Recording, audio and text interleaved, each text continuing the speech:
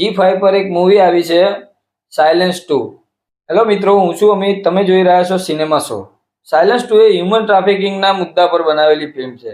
Silence 1 જો તમે ના જોઈ હોય તો પણ આ મૂવી જોઈ શકો છો, કેમ કે મુદ્દો બંનેનો સાવ અલગ છે. એની સ્ટોરીની વાત કરીએ તો સ્ટોરી એક નાઇટ બારમાં શૂટ આઉટ થાય છે.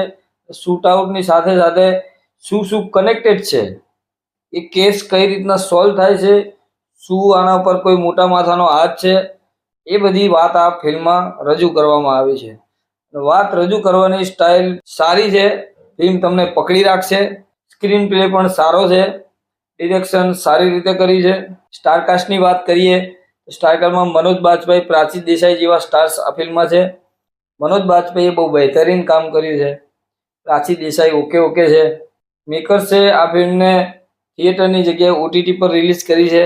ફૂલ ફેમિલી ફિલ્મ ના કહી શકાય, કેમ કે થોડી વલ્ગર ભાષા છે.